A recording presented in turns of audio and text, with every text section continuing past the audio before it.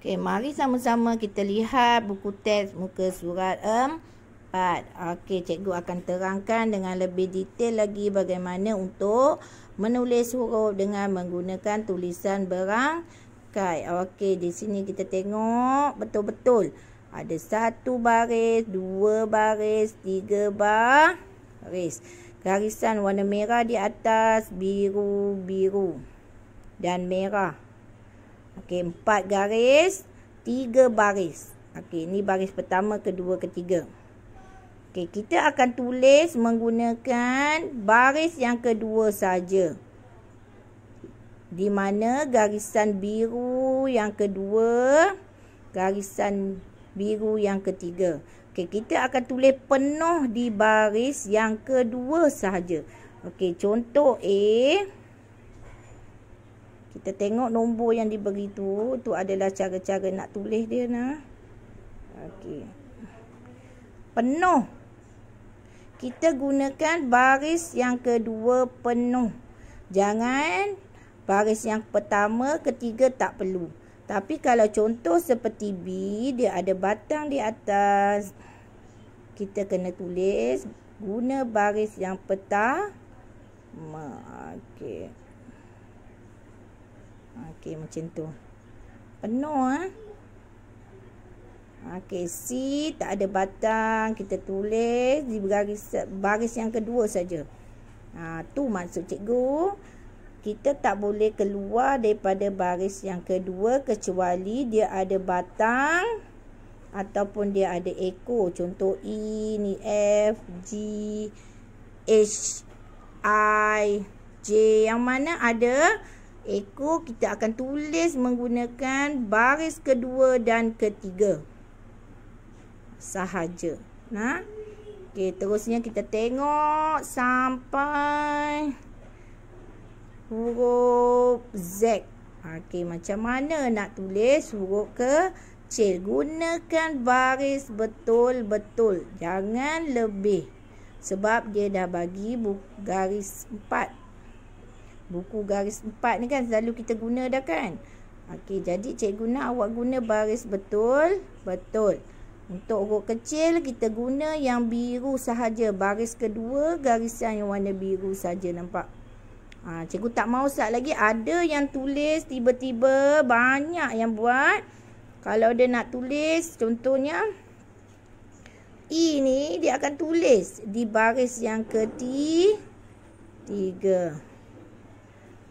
Betul ke salah? Okey, jadi itu yang cikgu kata penggunaan baris yang salah. Okey, cikgu harap awak boleh faham dah bagaimana untuk menulis huruf menggunakan tulisan berangkai huruf kecil. Okey, untuk huruf besar pula pun sama, disediakan 4 garisan. Lepas tu ada 3 baris. Okey. Untuk huruf besar, kita akan gunakan 2 baris. Okey. Kita akan mula daripada garisan yang merah ni, nampak ni. Kita akan sampai ke garisan yang merah. Okey, contoh A cikgu buat. Kita naik ke atas. 2 turun. Okey, 3 kita pusing. Okey. Nampak tak? Kita hanya gunakan 1 dan 2 baris sahaja. Okey, cikgu tak mau ada yang tulis penuh 3 barisan ni. 3 baris. Okey, daripada merah jumpa yang merah bawah. Garisan merah. Tak perlu dia 2 sahaja melibatkan garisan merah, biru. Okey, 2 baris Okey, B pula kita tulis, kita naik daripada atas ni merah, turun ke bawah. Okey, berhenti. Lepas tu kita pusing daripada atas. Lepas tu yang ketiga kita bagi dia berekor. Okey, nampak tak? Okey, kita penuhkan 2 baris ni nah.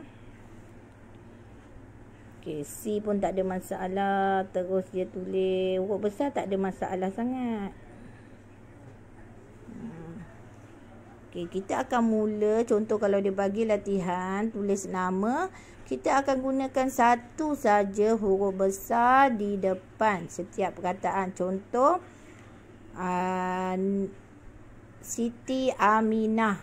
Okey, S tu huruf besar, A huruf besar. Yang lain kita akan gunakan huruf kecil. Jadi cikgu harap boleh faham cara penggunaan baris untuk menulis tulisan berangkai dengan menggunakan buku garisan 4 ni. Okey, garisan ada 4, ada 3 baris. Kita hanya menggunakan 2 baris saja. Tapi contoh macam kat sini, Y dia kita untuk tulisan berangkai huruf Y dia sampai baris yang ketiga. Okey. Okey, jadi bila awak tulis tu awak berpandukan contoh dalam buku teks ni lah sebagai rujukan.